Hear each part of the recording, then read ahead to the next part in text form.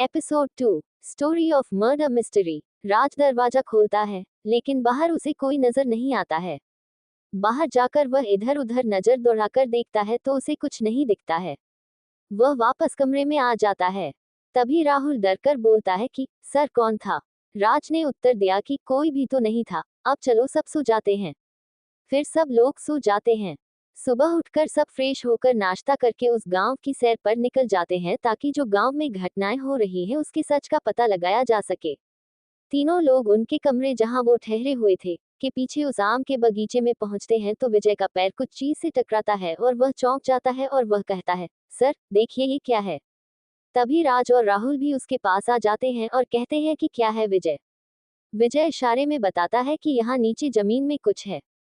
वो तीनों वहां खुदाई करते हैं तो थोड़ी देर में उन्हें एक लोहे का दरवाजा जमीन के अंदर दिखता है। वो उसको खोलकर उसके अंदर दाखिल होते हैं।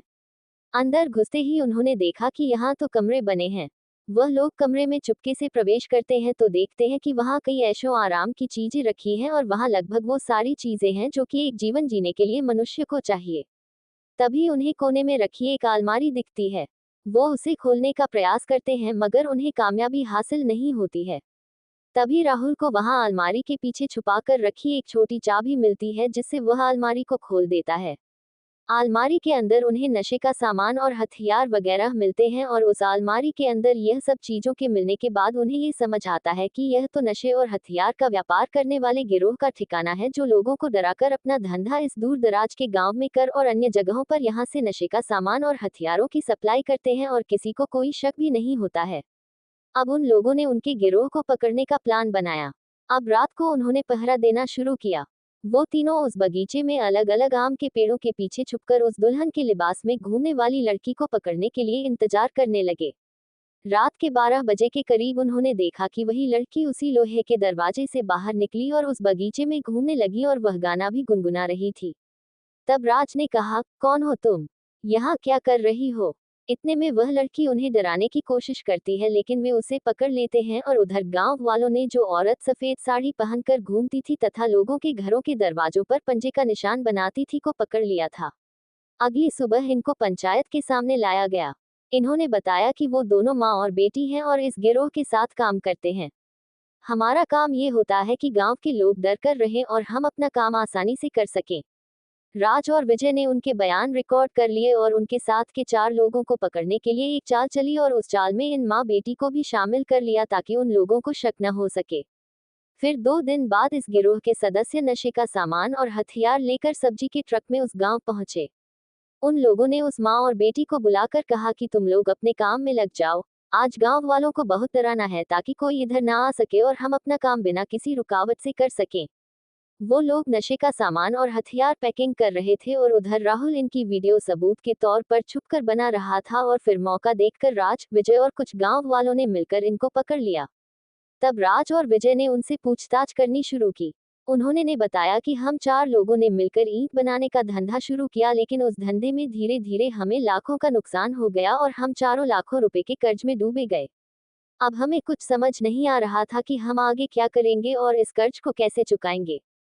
तभी हमारे दिमाग में ये खतरनाक आइडिया आया कि हम नशे और हथियार की सप्लाई करें तो जल्दी पैसा कमाकर अपने कर्ज को भी उतार देंगे और अपनी कमाई भी चलती रहेगी। फिर हमने कुछ अपराधियों से संपर्क किया जो पहले इस काम को कर चुके थे और जेल की हवा खाकर आ चुके थे। उनसे जरूरी जानकारी लेकर हम इस धंधे से और इस धंधे में काम करने वालों से जुड़ते गए। तब हमने सब कुछ समझकर एक दलाल से पैसे उधार लेकर धंधे को शुरू कर लिया। उसके लिए हमने इस गांव को चुना और फिर बाकी काम सब शुरू हो गया। और फिर ये माँ बेटी जो भीख मांगते हुए अपना जीवन चला रहे थे इनको भी अपने गिरोह में शामिल कर लिया और इनको गांव वालों को डराने का काम दे दिया ताकि वो लोग दहशत में रहें और रात को डर के मारे घर से बाहर न निकल पाएं और हम अपना काम बिना रुकावट के कर सकें। इस तरह धीरे धीरे हम अपना काम बढ़ाते गए। लोगों में दहशत फैलती गई और इन माँ और बेटी ने अच्छी एक्टिंग की और लोगों को खूब डराया। अब हमें अपने काम में पछतावा है, काश हम ये काम नहीं करते तो हमें ये दिन न देखने पड़ते। राज और विजय ने उन सबको गिरफ्तार कर लिया। अब गांव वालों में खुशी की लहर दौड़ पड़ी। सभी राज, विजय और राहुल का शुक्रिया अदा कर रहे थे। गांव वाले उन लोगों को बहुत धन्यवाद दे रहे थे कि आपने बहुत जल्दी इस केस को सॉल्व कर दिया। तभी राज को पोस्टमैन एक चिट्ठी देता है जिसे पढ़कर राज, विजय को कहता है कि नया केस है, तैयार रहो। राज पोस्टमैन की लाई गई चिट्ठी को पढ़ते हुए किसी सोच में पड़ जाता है। वह विजय और राहुल को कहता है कि ऊपर से ऑर्डर आया है कि कल राजपुर के लिए निकलना पड़ेगा। एक पेचीदा केस है, उसको हल करना है और हमारे पास सिर्फ एक हफ्ते का टाइम है। तीनों कल सुबह तैयार होकर राजपुर के लिए निकलते हैं और उन्हें वहां पहुंचने में 1 घंटे का समय लगता है। राजपुर एक छोटा सा कस्बा था जहां ब्लॉक ऑफिस, स्कूल, कॉलेज और 1-2 ऑफिस और थे। कह सकते हैं कि राजपुर कस्बा और मार्केट ठीक ही थे। कॉलेज के 3 शिक्षक और ब्लॉक में काम करने वाले 3 कर्मचारी, कुल 6 लोग जीवन बाबू के घर किराए पर रहते थे और उनका भोजन भी जीवन बाबू के ही किचन से बनकर जाता था। उन लोगों की देखभाल, उनके भोजन की व्यवस्था और उस मकान की साफ सफाई हेतु उन्होंने गोपी को अपने यहाँ काम पर रखा था। गोपी एक सीधा और सच्चा एवं मेहनती इंसान था। लोग जीवन बाबू के घर किराए पर रहते थे, जिनमें बीडीओ साहब नीरज सिंह, एडीओ अवतार शर्मा, क्लर्क संदीप वर्मा और 3 शिक्षक अशोक कुमार, मनोज कुमार और पवन कुमार थे। रात के समय ये लोग जीवन बाबू के हाल में इकट्ठे होते और फिर कभी मनोरंजन के लिए कैरम, ताश, शतरंज इत्यादि गेम खेल लिया करते थे। गोपी उनके लिए चाय पानी की व्यवस्था कर देता और सबके चाय पानी का हिसाब एक रजिस्टर में नोट करता था और महीने के आखिरी दिन 6 लोगों को उनके महीने भर का खाने पीने की पर्ची उपलब्ध कराना भी गोपी का अहम काम था। फिर सबको जब अपना वेतन मिलता तो वो लोग अपना किराया और खाने पीने का खर्च का भुगतान जीवन बाबू को कर दिया करते थे, जिसे भी जीवन बाबू एक रजिस्टर में नोट कर लिया करते थे। इसी तरह दिन हंसते हुए आराम से बीत रहे थे। एक दिन जीवन बाबू की हत्या हो जाती है और केस पेचीदा था, इसलिए इसी केस को सुलझाने का जिम्मा इंस्पेक्टर राज की टीम को दिया गया था। इंस्पेक्टर राज ने सारी जानकारी प्राप्त कर ली और कमरे का मुआयना भी कर लिया और वहां रहने वाले सभी लोगों के बयान भी ले लिए। जीवन बाबू की पोस्टमार्टम का भी राज के द्वारा मूल्यांकन किया गया, जिसमें लिखा था कि गला घोटकर और चाकू मारकर हत्या की गई है। जीवन बाबू के बेटे प्रतीक और बहू प्रीति भी राजपुर में ही थे। प्रतीक पटना में इंश्योरेंस कंपनी में मैनेजर थे और प्रीति हाउसवाइफ थी। जीवन बाबू का अंतिम संस्कार भी हो चुका था। राज और विजय ने पहले ही आस पड़ोस के लोगों से उनके बारे में पता कर लिया था। वो लोग साल में एक बार राजपुर 3-4 दिनों के लिए आते थे और मकान के किराए और कृषि से होने वाली आय से अपना हिस्सा लेकर वापस पटना चले जाते थे। अक्सर पैसों को लेकर जीवन बाबू और उनके पुत्र तथा पुत्रवधू में बहसबाजी हुआ करती थी। उनमें आपस में बनती नहीं थी और जीवन बाबू अक्सर उनको लेकर परेशान रहते थे। राज को ये सब जानकारी जीवन बाबू के किराएदार और पड़ोसियों ने दी थी। एक रात राज, विजय और राहुल तीनों इस केस पर डिस्कशन कर रहे थे। राज ने कहा कि तुम दोनों को क्या लगता है कि कातिल कौन हो सकता है? विजय ने कहा कि मुझे तो इन किराएदारों पर शक है, इनमें से कोई हो सकता है। तभी राहुल ने बोला कि मेरे ख्याल से गोपी कातिल हो सकता है। तभी विजय ने कहा कि सर जी, आपकी क्या राय है, कातिल कौन हो सकता है? राज ने काफी सोचकर कहा कि समय आने पर बताऊंगा। तभी प्रतीक बाबू राज के पास आकर बोले, इंस्पेक्टर साहब आपसे अकेले में कुछ बात करनी है। राज ने कहा कि ठीक है, छत पर चलिए वही बात करते हैं। तब छत पर जाकर प्रतीक बाबू ने राज से कहा कि राज साहब, मैंने काम के दबाव में और यहाँ की स्थिति को देखते हुए अपने पद से त्यागपत्र दे दिया है और अब हम दोनों पति पत्नी यहाँ राजपुर में रहेंगे और यहाँ के इस मकान और कृषि क्षेत्र को देखेंगे। अच्छा, तो ये बात है प्रतीक बाबू, अच्छी बात है, इसके लिए आपको बेस्ट ऑफ लक। लेकिन राज साहब, 1 हफ्ता हो गया, कातिल का कुछ पता चला क्या? राज ने कहा कि मुझे इतना पता चल गया है कि वह आजकल राजपुर में ही मौजूद है। प्रतीक बाबू ने कहा कि तब देर किस बात की है, पकड़ लीजिए उसको, कहीं भाग ना जाए। समय आने पर सब हो जाएगा प्रतीक बाबू, देखते रहिए आगे क्या क्या होता है। राज ने विजय से कहा कि तुम दोनों प्रतीक और प्रीति पर पूरी तरह से नजर रखो। वो क्या करते हैं, कहाँ जाते हैं, हर एक पल की खबर रखो। एक दिन रात को 11 बजे चुपके से प्रतीक और प्रीति दोनों राजपुर से भागने ही वाले थे कि सामने राज की टीम ने उनको पकड़ लिया और हिरासत में लेकर कड़ाई से पूछताछ करने पर उन्होंने सारी घटनाएं बयां कर दी। प्रतीक और प्रीति ने बताया कि उन दोनों ने मिलकर जीवन बाबू का मर्डर किया है। प्रतीक ने अपनी बीमा कंपनी में उनका 50 लाख का जीवन बीमा करवाया था, जो कि उनकी मौत पर उनके नामिनी को मिलना था और उनका नामिनी प्रतीक था। और साथ ही साथ हमने यह मकान बेचकर सारे पैसे लेकर पटना बसने की सोच ली थी, इसलिए हमने इस मकान का सौदा भी एक बिल्डर को 50 लाख में कर दिया और उससे अपने खाते में आज पेमेंट मिलते ही हमने पटना जाकर हमेशा के लिए बसने का सोचा था। और उस दिन मैंने छत में आपसे झूठ बोला था कि मैंने नौकरी छोड़ दी है। राज ने कहा, मुझे उसी समय पर तुम पर शक हो गया था। खैर, अब तुम लोग हवालात की हवा खाओ और फांसी के लगने का इंतजार करते रहो। तभी उनके थाने के कांस्टेबल ने कहा कि सर एक नए केस की फाइल है। राज ने कहा टेबल पर रख दो, अभी देखते हैं थोड़ी देर में। राज ने टेबल पर रखी नए केस की फाइल पढ़नी शुरू की और फाइल में एक अजीब केस था और वो था अलीगढ़ शहर के एक कस्बे रायपुर की हवेली से गायब एक कीमती कलाई घड़ी को ढूंढना, जो कि 2 दिन पहले गायब हो गई थी, जिसकी कीमत लाखों रुपए थी। ये हवेली मनोहर सिंह की थी, जो कि आजकल लंदन गए थे। अगली सुबह राज, विजय और राहुल को लेकर अलीगढ़ के लिए ट्रेन से रवाना होता है और रात 9 बजे वो तीनों अलीगढ़ पहुंचते हैं। वहां उन्हें लेने मनोहर सिंह का भतीजा रमन सिंह अपनी कार से पहुंचता है। वह उन्हें लेकर आधे घंटे में रायपुर की हवेली पहुंच जाता है और उनके खाने पीने, रहने की व्यवस्था कर दी जाती है और इस केस के सिलसिले में हवेली में रहने वाले लोगों को जो पता होता है वो राज को बता दिया जाता है। राज, विजय से कहता है कि यह पेचीदा मामला है और इसको हल करने में समय लग सकता है। अगले दिन सुबह का नाश्ता करने के बाद राज ने रमन से कहा कि मुझे आपकी हवेली में जितने लोग रहते हैं उनसे मिलना है। रमन ने सबको बुलाया और राज से मिलवाया। रमन के अलावा उस हवेली में उनके चाचा जी मनोहर सिंह, जो कि आजकल लंदन में थे, उनके कार बनाने की कंपनी का कारोबार देखने वाले सनोज सिंह और 2 नौकर और एक गार्ड और एक ड्राइवर, कुल 7 लोग रहते थे। राज ने उस हीरे से सजी रिस्ट वॉच के बारे में भी जानकारी ली। अगले दिन मनोहर जी भी लंदन से वापस आ गए और उन्होंने शाम को राज के साथ छत पर बैठकर चाय पी और कहा कि इंस्पेक्टर, मुझे अपने ही भतीजे रमन पर शक है, क्योंकि इसके साथ कुछ बदमाश लोग घूमते हैं और यह बहुत फिजूल खर्ची भी है। बिना बात के पैसे उड़ाना इसका शौक बन गया है। राज ने कहा कि मैंने सबसे पूछताछ की तो 1 हफ्ते पहले जब घड़ी की चोरी हुई थी तो आपके नौकर सुरेश और मुकेश हवेली पर मौजूद नहीं थे। सुरेश ने कहा कि वह अपने ससुराल गया था और मुकेश ने कहा कि उसके मामा की तबीयत खराब हो गई थी, इसलिए वह गांव गया था। लेकिन राज और विजय को इन लोगों पर शक हो रहा था। राज ने विजय और राहुल को इन दोनों पर खास नजर रखने के लिए कहा था। विजय, सुरेश पर और राहुल, मुकेश पर बराबर नजर रखे हुए थे। एक दिन विजय ने देखा कि सुरेश और मुकेश एक साथ हवेली से निकलकर एक नई चमचमाती कार में बैठे। सामने एक पान वाले की दुकान थी, वहां से रोज वो लोग पान खाकर फिर कार में बैठकर निकलते थे। विजय और राहुल ने एक ऑटो पर बैठकर उनकी कार का पीछा करना शुरू किया। तब उन्होंने देखा कि इन दोनों ने एक बार में एंट्री की। विजय और राहुल भी उनके पीछे बार में आए और छुपकर इन पर नजर रखने लगे। तभी उन्होंने देखा कि रमन भी एक कोने में बैठकर शराब पी रहा है और हल्ला भी कर रहा है।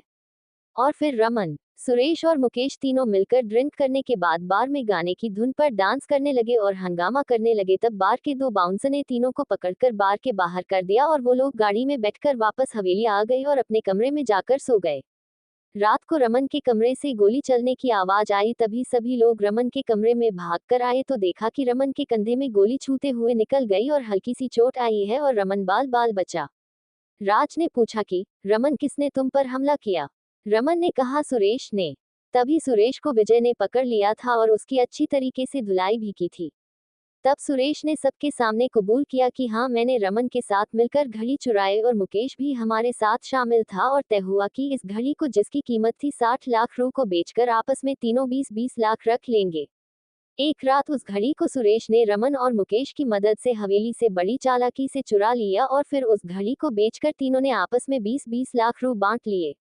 फिर हम उन पैसों को ऐशो आराम में उड़ाने लगे और धीरे धीरे हमारे पैसे खत्म होने लगे। रोज शराब के नशे में सुरेश और रमन की हाथापाई हो जाती थी। उस दिन भी उनकी बार में शराब के नशे में बहस हुई थी। फिर गुस्से में आकर उस रात नशे में सुरेश ने खिड़की से रमन पर हमला किया था, लेकिन उसका निशाना चूक गया और वह बच गया। मुकेश ने कहा कि हुजूर, हमसे बहुत बड़ी गलती हुई, हमें माफ कर दीजिए। तभी मनोहर जी ने कहा कि तुम लोगों ने हमारे साथ बहुत बड़ा विश्वासघात किया है, तुम्हें कड़ी से कड़ी सजा मिलनी चाहिए। इंस्पेक्टर साहब, आप इन तीनों को मेरे सामने से ले जाइए, मैं इनकी शक्ल नहीं देखना चाहता हूँ। राज उन तीनों को गाड़ी में बैठाकर निकल पड़ते हैं कानपुर की तरफ। रास्ते में भी उनसे सवाल पूछकर और जानकारी प्राप्त की जाती है और उनको जेल भेज दिया गया। विजय राज से कहता है कि सर, मेरा तो इन तीनों पर शुरू से ही शक था, इनकी हरकतें अजीब सी थी और ये तीनों रोज नशा करते थे। तभी मनोहर जी का फोन राज को आया और उन्होंने कहा कि इंस्पेक्टर साहब, आपका बहुत बहुत धन्यवाद, आपने मेरे सर से एक बोझ हल्का कर दिया जो आपने इनको पकड़ लिया। मुझे कभी पता ही नहीं चलता कि घड़ी की चोरी किसने की है। राज ने मनोहर जी से कहा कि देखिए, मैंने इनको पकड़कर आप पर कोई एहसान नहीं किया, ये तो हमारा फर्ज है और जनता की सेवा और सुरक्षा करना हमारा काम है। इस तरह इस केस को हल करने में राज की टीम को बधाई संदेश भी मिले। तभी राज के दरवाजे को किसी ने बाहर से खटखटाया। राज ने आवाज दी, कौन है? राज ने दरवाजा खोला तो बाहर एक अधेड़ उम्र के इंसान खड़े थे। राज ने पूछा कि आप कौन हैं और मुझसे क्या चाहते हैं? उस अधेड़ उम्र के इंसान ने कहा कि इंस्पेक्टर साहब, अंदर चलकर बैठकर बात करते हैं। राज ने कहा कि हाँ, क्यों नहीं, आइए, अंदर आपका स्वागत है। दोनों अंदर चले जाते हैं। वहां विजय और राहुल होते हैं जो अंदर दूसरे कमरे में चले जाते हैं। तब उस आदमी ने कहा कि साहब, मेरा नाम कमल कुमार है और मैं एक बहुत बड़ी ऑडिट कंपनी में सीनियर ऑडिटर के पद पर पिछले 25 साल से कार्यरत हूं और इस महीने की 30 तारीख को मेरा रिटायरमेंट है। लेकिन एक बहुत बड़ी समस्या आ गई है कि पिछले महीने हमारी टीम ने एक बिल्डिंग कंस्ट्रक्शन कंपनी जिसका नाम राज कंस्ट्रक्शन है का पिछले वर्ष का ऑडिट किया था, जिसमें कंपनी की बैलेंस शीट और खातों पर कई उलटफेर किया गया था और उस कंपनी में पहले भी कई घोटाले हुए थे। उसकी एक फाइल जो कि रेड कलर की मैंने बनाई थी, उसमें कंपनी से संबंधित कई दस्तावेज और हमारे द्वारा तैयार किए गए ऑडिट नोट भी रखे थे। उस फाइल को किसी ने चुरा लिया है। उस फाइल का मिलना बहुत जरूरी है। मैंने पूरी रिपोर्ट अगले हफ्ते अपने बॉस के सामने पेश करनी है। बॉस को अभी पता नहीं है कि वह फाइल गायब हो चुकी है। कृपया आप मेरी रिपोर्ट दर्ज करके 1 हफ्ते के अंदर उस रेड फाइल को ढूंढने की कृपा करें। राज ने कहा कि घबराए नहीं, आपका काम हो जाएगा। आप मुझे अपने ऑफिस में काम करने वाले कर्मचारियों के बारे में बताएं और थोड़ा ऑफिस के बारे में भी। तब कमल कुमार जी बताते हैं कि मेरे ऑफिस में मेरे अलावा 3 ऑडिटर हैं, राकेश कुमार, महेश कुमार और जितेश कुमार। साथ ही कंप्यूटर ऑपरेटर विमल कुमार और एक सहयोगी राजू भी हमारे ऑफिस में काम करते हैं।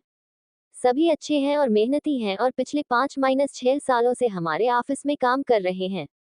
राज ने कहा कि चलिए आपका ऑफिस देख लेते हैं। रिपोर्ट दर्ज करने के बाद राज और विजय दोनों उनके साथ उनके ऑफिस पहुंचते हैं। ऑफिस दूसरी मंजिल पर होता है और बाहर कंपनी का बोर्ड लगा होता है जिस पर कंपनी का नाम लिखा होता है, Kumar and company, chartered accountant. Raj और विजय कमल जी के साथ कंपनी के अंदर पहुंचते हैं तो वहां लगे सीसीटीवी कैमरे की पिछले 1 हफ्ते की रिकॉर्डिंग चेक करते हैं और उस रिकॉर्डिंग की एक कॉपी अपनी पेन ड्राइव में भी सेव कर लेते हैं। फिर वो कमरों और अलमारी की तलाशी लेते हैं और सारे कर्मचारियों से पूछताछ करते हैं और वहां से थाने वापस आ जाते हैं। थाने पहुंचकर राज और विजय कंप्यूटर पर उस पेन ड्राइव को लगाकर एक बार फिर बारीकी से 1 हफ्ते की वीडियो रिकॉर्डिंग को देखते हैं। काफी देर के बाद वे देखते हैं कि 2 दिन पहले की रिकॉर्डिंग में रात के 11 बजे एक शख्स मास्क लगाकर ऑफिस का दरवाजा चाबी से खोलकर अंदर प्रवेश करता है। वह आदमी सीसीटीवी कैमरे पर एक कपड़ा रख देता है और फिर 5 मिनट तक रिकॉर्डिंग तो चलती रहती है पर स्क्रीन ब्लैंक रहती है। फिर 5 मिनट बाद वह आदमी उस कपड़े को कैमरे से हटा देता है और ऑफिस को बंद करके चला जाता है। विजय कहता है कि सर, यही चोर है। इन 5 मिनट के दौरान इसने फाइल चोरी की और वहां से निकल गया। राज ने कहा कि बिल्कुल यही चोर है, लेकिन ये कौन हो सकता है? राज ने कमल कुमार को फोन लगाया कि कमल जी, यह बताइए कि आपके ऑफिस की कितनी चाबियां हैं? कमल कहते हैं कि 2 सेट बने हैं। चाबियों का एक सेट राजू के पास रहता है और एक मेरे पास, जो कि मैंने अपने कमरे में सूटकेस के अंदर रखा है। जो इंसान सीसीटीवी कैमरे में मास्क लगाए हुए नजर आता है वह तो लंबा इंसान है, मगर राजू तो छोटे कद का इंसान है, इसलिए ये राजू तो नहीं हो सकता। राज ने कहा कि कमल जी, आप अपना सूटकेस चेक करिए, उसमें चाबी है या नहीं। कमल कुमार पूरे सूटकेस को चेक करते हैं, लेकिन उन्हें चाबियों का सेट नजर नहीं आता है। तब वो दोबारा राज को कॉल करते हैं और कहते हैं कि जनाब, चाबियों का सेट मेरे सूटकेस में नहीं है, किसी ने उसे गायब कर दिया है। अब राज कहता है कि आपके साथ कौन कौन रहता है? कमल कुमार कहते हैं कि मेरे साथ तो सिर्फ मेरा नौकर तेजू रहता है और कल ही वह गांव चला गया है। उसने ये कहा कि आज के दिन उसके गांव में घर पर एक पारिवारिक कार्यक्रम है, इसलिए उसे 3 दिन की छुट्टी चाहिए और छुट्टी लेकर वह कल सुबह 8 बजे बस से अपने गांव चला गया। राज ने विजय और राहुल से कहा कि जल्दी करो, बस से हमें शाहपुर गांव जाना है और वो लोग बस में बैठकर शाहपुर गांव 2 घंटे में पहुंच जाते हैं। वहां वे तेजू को पकड़ लेते हैं और थाने ले आते हैं एवं कमल कुमार जी को बुलाते हैं। अब राज तेजू का बयान रिकॉर्ड करता है। तेजू बताता है कि वह रोज कमल जी को फोन पर राज कंस्ट्रक्शन कंपनी के किए ऑडिट के बारे में डिस्कशन करते हुए सुना करता था। तब उसने अपने दिमाग से यह प्लान बनाया कि इनके द्वारा तैयार की गई फाइल को अगर चुराकर राज कंस्ट्रक्शन कंपनी को ये रिपोर्ट बता दी जाए तो मुझे मुंह मांगी रकम मिल जाएगी। ये सोचकर उसने एक दिन मास्टर की से सूटकेस को खोलकर उससे कमल कुमार के ऑफिस की चाबियों के सेट को चुरा लिया और फिर मौका देखकर एक रात को ऑफिस में घुसकर सीसीटीवी कैमरे को ढककर 5 मिनट के अंदर रेड फाइल को अलमारी से चुराकर वहां से रफू चक्कर हो गया। फिर अगले दिन बहाना बनाकर वह फाइल लेकर गांव बस से चला गया। कल वह इस फाइल को लेकर खुद ही राज कंस्ट्रक्शन कंपनी जाने वाला था कि आज वह पकड़ में आ गया। विजय ने तेजू को जेल में बंद कर दिया। तेजू को अपने किए पर बहुत पछतावा हो रहा था। राज ने फाइल कमल कुमार को सौंप दी। अब कमल जी ने राहत की सांस ली और राज का शुक्रिया अदा कर वहां से चले गए। इस तरह से रेड फाइल का केस भी सॉल्व हो चुका था। अब किसी नए केस की तैयारी थी। राज को एक नया केस मिल चुका था जिसमें पुलिस महकमे के एक कांस्टेबल रह चुके श्याम चौहान, जो कि एक जासूस की तरह काम करते थे और जिनकी मृत्यु मेरठ के एक सनशाइन होटल में 2 महीने पहले दिल का दौरा पड़ने से हुई थी। उनके पास एक ग्रीन कलर की डायरी थी जिसमें कई अपराधियों के कारनामों की लिस्ट लिखी हुई थी और वह गायब थी। इंस्पेक्टर राज, कांस्टेबल विजय और प्राइवेट जासूस राहुल तीनों साथ में मेरठ के लिए ट्रेन पकड़कर निकल पड़े। राहुल ने अब अपना एक छोटा ऑफिस खोल लिया था और एक जासूस के तौर पर काम करने लगा था। राज, विजय और राहुल तीनों शाम 6 बजे मेरठ पहुंच चुके थे। फिर उन्होंने वहां से टैक्सी पकड़ी और उसी सनशाइन होटल में एक कमरा बुक किया था जो कि बड़ा हालनुमा था और उसमें 4 बेड लगे थे। ये होटल ज्यादा बड़ा तो नहीं था। इस होटल में 10 कमरे थे जिसमें यात्री रुक सकते थे। उस रात होटल में राहुल और राज ने सब कमरों की चुपके से तलाशी ली लेकिन उन्हें कोई सुराग नहीं मिला। फिर अगली सुबह उन्होंने उस होटल के आसपास जानकारी इकट्ठी करनी चाहिए तो उन्हें कोई खास जानकारी नहीं मिली। सनशाइन होटल के एक कर्मचारी मोनू ने राज को एक चिट्ठी दी जो कि उसे श्याम चौहान ने दी थी। उसने उस चिट्ठी को संभाल कर रखा था और आज उसने एक उपयुक्त इंसान यानी इंस्पेक्टर राज को वो दी थी क्योंकि वो उसकी नज़र में एक उचित इंसान थे इस चिट्ठी के लिए। राज ने उस चिट्ठी को खोला तो उसमें एक पहाड़ की तस्वीर थी और फिर उसमें एक मकान जो कि खंडहर था। उसके अंदर ग्रीन डायरी का चित्र था और लिखा था, कोशिश करना उस चीज को ढूंढने की उसी खंडहर के अंदर मिलेगी। राज ने कहा कि हो सकता है कि श्याम चौहान जी पहाड़ की यात्रा पर थे और कोई उनके पीछे लग गया होगा, तब उन्होंने इस डायरी को इस खंडहरनुमा घर में छुपा दिया होगा क्योंकि डर के मारे कोई भी इस खंडहर में नहीं आता होगा। विजय ने कहा कि आप सही कह रहे हैं सर, ऐसा ही हुआ होगा। राहुल कहता है कि शायद वो उत्तराखंड की यात्रा पर रहे होंगे। राज ने कहा कि बिल्कुल हो सकता है। राज ने श्याम जी के बेटे राजीव को फोन लगाया तो उसने बताया कि उसके पिताजी अपने एक मित्र सुजीत के साथ उत्तराखंड के पर्यटक स्थल नैनीताल घूमने गए थे और उन्होंने टेलीफोन पर बताया था कि वह सहपुर गांव के पास किसी होमस्टे पर रुके हैं। राज, विजय और राहुल को लेकर नैनीताल की ओर निकल जाता है। नैनीताल पहुंचकर उन्हें एक नई एनर्जी मिली। पहाड़ों की सर्द हवाएं और पक्षियों के चहचहाने को सुनना एक सुखद अनुभूति प्रदान करता है। वो लोग नैनीताल को एक दिन घूमने के बाद उसी होमस्टे को ढूंढने सहपुर गांव पहुंचे। वहां 3 होमस्टे थे। जल्दी उन्होंने पता लगा लिया कि श्याम और उनके मित्र सुजीत किस होमस्टे में रुके थे। अब सुजीत विदेश चले गए थे। राज ने भी 2 दिन के लिए उस होमस्टे के कमरे को बुक करा दिया। उसका एक दिन का चार्ज 2500 रू था। उस होमस्टे के चारों तरफ मनमोहक नजारे थे। ऊंचे ऊंचे पहाड़, हरे भरे पेड़, कलकल बहती नदी और चहचहाते पंछी, गजब का वातावरण था जो कि दिल को सुकून दे रहा था। सुबह का नाश्ता कर तीनों थोड़ा घूमने के लिए निकले। तभी उन्होंने देखा कि थोड़ी दूर पर ऊपर पहाड़ पर एक मकान खंडहर के हालत में है। राज ने कहा कि विजय, हो सकता है कि यह वही खंडहर हो और इसी में श्याम जी ने ग्रीन डायरी कहीं पर छुपा रखी हो। चलो हम वहां चलकर देखते हैं। तीनों उस खंडहर में पहुंचते हैं और खोजबीन शुरू करते हैं। काफी देर खोजने के बाद उन्हें कुछ खुदाई करने पर खंडहर के नीचे से एक छोटा संदूक मिलता है। वह लोग उस संदूक को निकालकर उसे खोलते हैं। उस संदूक के अंदर उन्हें एक चाबी मिलती है और उस चाबी पर 3 अंक लिखे होते हैं जो थे 123। यानी अब हमें ऐसी कोई चीज ढूंढनी है जिस पर 123 लिखा हो और वह कोई अलमारी या सूटकेस हो सकता है क्योंकि उन्हें जो चाबी मिली थी वह मास्टर की जैसी लग रही थी। अब वो वहां से होमस्टे की ओर आ जाते हैं। तभी उन्हें वहां कुछ बच्चे खेलते हुए दिखते हैं। राज बच्चों से पूछता है कि बच्चों, अपने नाम बताओ तो सबको चॉकलेट मिलेगी। सभी अपना नाम बताते हैं और अपनी क्लास भी बताते हैं जिसमें वो सब पढ़ते हैं। कुछ देर उनसे बातें करने पर विजय बोलता है कि जो बच्चा हमारे एक सवाल का जवाब देगा उसको 4 चॉकलेट मिलेगी। सभी बच्चों ने कहा कि हम जवाब देंगे, पूछिए क्या पूछना है। राज बच्चों से कहता है कि आप लोगों ने अपने घर के आसपास या घर में किसी ताले या अलमारी पर 123 लिखा हुआ देखा है? अगर किसी ने देखा है तो हमें बता सकता है। सभी बच्चे अपना दिमाग चलाने लगते हैं और सोचने लगते हैं 123 नंबर के बारे में। तभी एक बच्चा कहता है कि मेरे घर में एक स्टोर रूम है, वहाँ एक पुराना बक्सा है, उस पर जो ताला लगा है उसमें यह नंबर 123 लिखा है। वो एक दिन मैंने गलती से वो स्टोर रूम खोल दिया था और एक कोने में ये बक्सा दिखा था जिस पर एक ताला लगा था। राज कहता है कि चलो हमें ले चलो उस स्टोर रूम में, हमें वह बक्सा चाहिए, लेकिन बच्चा कहता है कि वो स्टोर रूम काफी दिनों से बंद है और वहाँ कोई नहीं जाता है। राज ने कहा कि हम जाएंगे, जल्दी चलो, देर ना करो। सभी उस बच्चे के साथ उस स्टोर रूम को खोलकर अंदर दाखिल होते हैं और वह बक्सा उनको मिल जाता है। अब राज उस चाबी से उस बक्से को खोलता है तो सबकी आंखों को देखकर यह सुकून मिलता है कि ग्रीन डायरी उसी बक्से के अंदर रखी है। इस तरह वो उस ग्रीन डायरी को लाकर अपने अधिकारियों को सौंप देते हैं और इस तरह ये केस भी क्लोज हो जाता है। राज एक हफ्ते की छुट्टी लेकर विजय के साथ उसके गांव नेंगड़ पहुंचता है। चारों तरफ हरे भरे खेत, लहलहाती फसल, पंछियों का कौतूहल और गांव का शांत और सुकून देने वाला मनमोहक वातावरण को देखकर दोनों का मन प्रफुल्लित होने लगता है।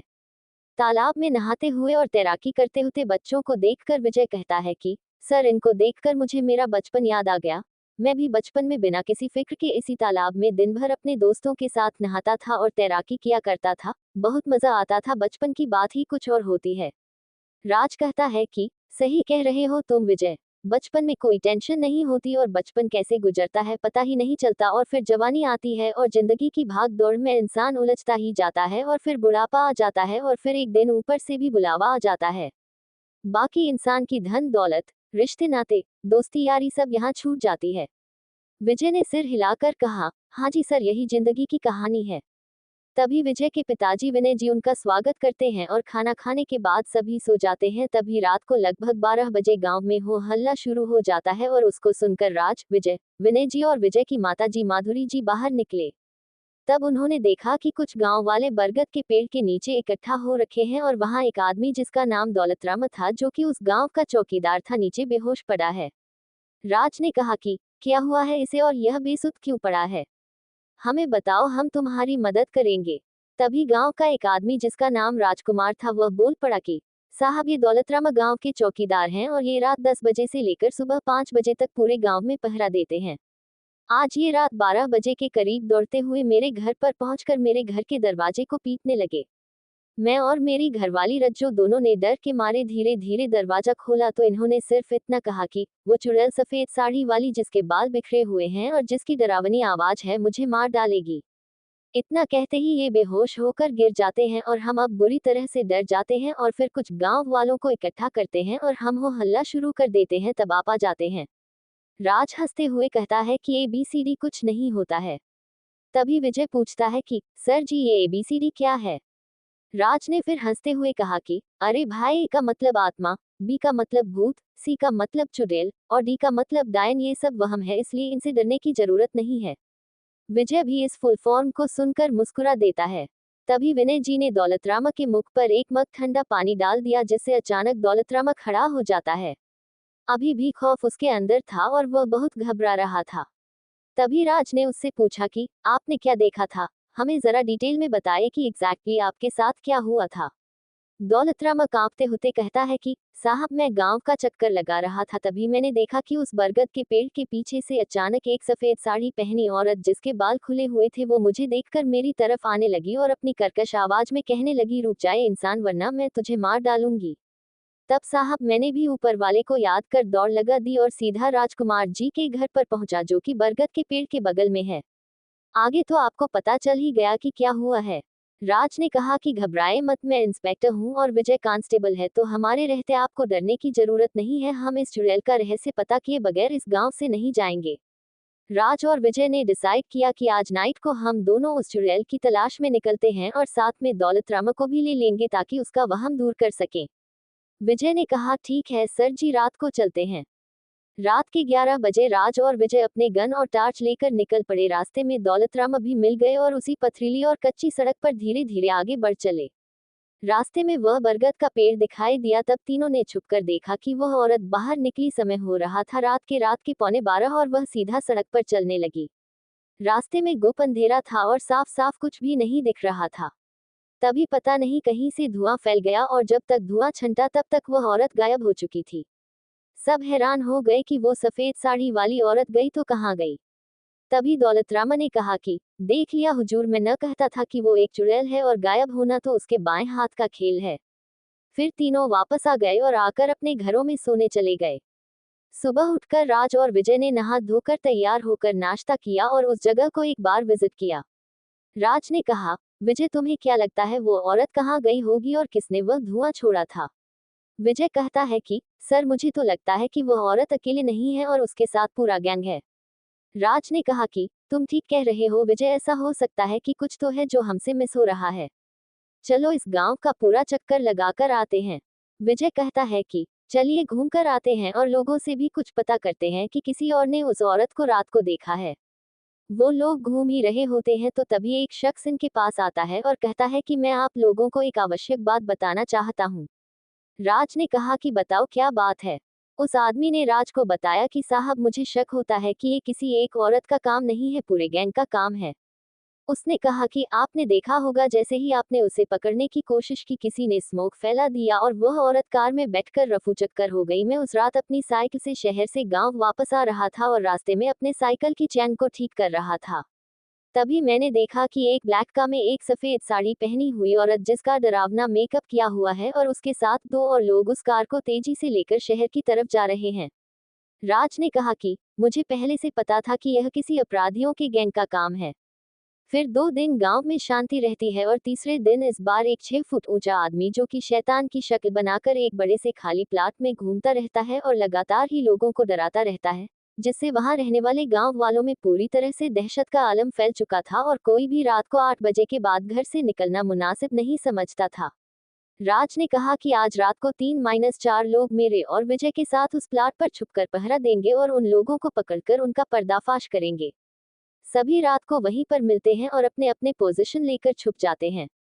आज कोई हरकत उन्हें नजर नहीं आती है और सुबह 4 बजे वो सब उस लोकेशन से वापस लौटकर अपने घरों में आ जाते हैं।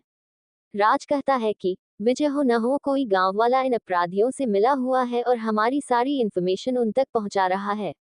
तभी विजय कुछ सोचता है और कहता है कि सर जो ये छंगू है ना, इसकी हरकतें मुझे अजीब सी लग रही हैं। इसके अंदर उस औरत और उस शैतान का कोई डर नहीं है और जब भी हम कुछ बातें गांव वालों के साथ शेयर करते हैं तो ये कुछ काम का बहाना कर वहां से जाकर थोड़ी दूर पर फोन पर किसी से बात करता रहता है। सर मुझे लगता है कि ये छंगू ही सारी इंफॉर्मेशन को लीक कर रहा है और उन अपराधियों तक सूचना को पहुंचा रहा है। राज ने कहा कि इसे पकड़ कर लाओ। विजय और 2 गांव वालों ने उसे पकड़ना चाहा तो वह भागने लगा, लेकिन तीनों ने छंगू को दबोच लिया और उसे इंस्पेक्टर राज के सामने ले आए। राज और विजय ने उससे जब जोरदार तरीके से धुलाई करते हुए उससे पूछताछ की तो वह टूट गया और उसने बताया कि इन लोगों को सारी इंफॉर्मेशन मैं ही देता था और यह सब इन सबका लोगों को डराने का नाटक था ताकि लोग गांव छोड़कर भाग जाएं। फिर ये लोग उनकी जमीन पर जबरन कब्जा करके उसको फर्जी तरीके से उस जमीन को बेचा जा सके। राज ने कहा कि अब तुम एक काम करो कि इनको बोलो कि इंस्पेक्टर राज और कांस्टेबल विजय अब जा चुके हैं और तुम लोग वापस आ जाओ और फिर से लोगों को डराना शुरू कर दो। उसने फोन घुमाया और उस गैंग के बॉस राका को फोन लगाया और कहा कि बॉस प्लीज कम, अब ना इंस्पेक्टर ना ही कांस्टेबल कोई भी नहीं है गांव में, दोनों वापस शहर को चले गए। बॉस राका ने कहा आज रात को 10 बजे पहुंचता हूं अपने साथियों टिकलू, भूरा, छेनू और पम्मी को लेकर, वहां मिलते हैं उस गांव के पीछे वाली खंडहर हवेली के पास जहां हमने अपना छुपने का अड्डा बना रखा है। फिर फोन कट गया। राज ने कहा विजय हम 5 लोग चलेंगे, एक महिला को भी अपने साथ रखना, पम्मी को पकड़ने के लिए। रीना को ले जाएंगे सर, वो स्टेट लेवल रेसलिंग की चैंपियन है और साथ में उसका भाई राजा, वो भी पहलवानी करता है, और इनके पिता शंभू जी। 3 लोग ये हो गए और 2 लोग हम हो गए। इस तरह पूरी हो गई 5 लोगों की टीम। अब ठीक है ना। राज ने कहा कि चलो ठीक है, इनको बता दो 9.30 मिनट पर हमने मिलना है, वो लोकेशन होगी जंगल के पीछे की पुरानी हवेली। विजय ने कहा ओके सर, मैं इनको बोलो के आता हूँ। फिर विजय उनको बोलने के लिए चला जाता है। रात को 5 लोग तय जगह पर मिलते हैं और उस हवेली पर पहुंचकर उस हवेली के अंदर अपनी अपनी पोजीशन लेकर छुपकर बैठ जाते हैं। ठीक 10 बजे एक कार हवेली के सामने एक कार रुकती है और उसमें से 4 जेंट्स और 1 लेडी बाहर निकलते हैं। ये लोग वही है जिनके नाम है राका, टिकलू, भूरा, छेनू और पम्मी और इनके गैंग का नाम नाइट स्टार था। सभी गप्पे लड़ाते हुए उस हवेली में दाखिल होते हैं और फिर पम्मी ने सफेद साड़ी पहनकर डरावनी शक्ल वाला गेटअप किया और जबकि छेनू, जिसकी ऊंचाई लगभग 6 फीट से ज्यादा थी, ने शैतान का वेश बनाया और टिकलू और भूरा इनकी मदद के लिए निकले ही थे कि उनको राज की टीम ने पकड़ लिया और राज ने भी राका को दबोच लिया था। अब इन सबको थाने लाया गया और इनका बयान लिया गया। इनके बॉस राका ने बताया कि ये गांव शहर के बॉर्डर के ही पास है और यहाँ कई घूमने की जगह भी है और यहाँ पानी भी पूरा है और यहाँ शांत वातावरण है। तो कुछ बाहर के लोग यहाँ जमीन खरीद कर रहने की सोच रहे थे, लेकिन गांव वाले जमीन बेचने को तैयार नहीं थे।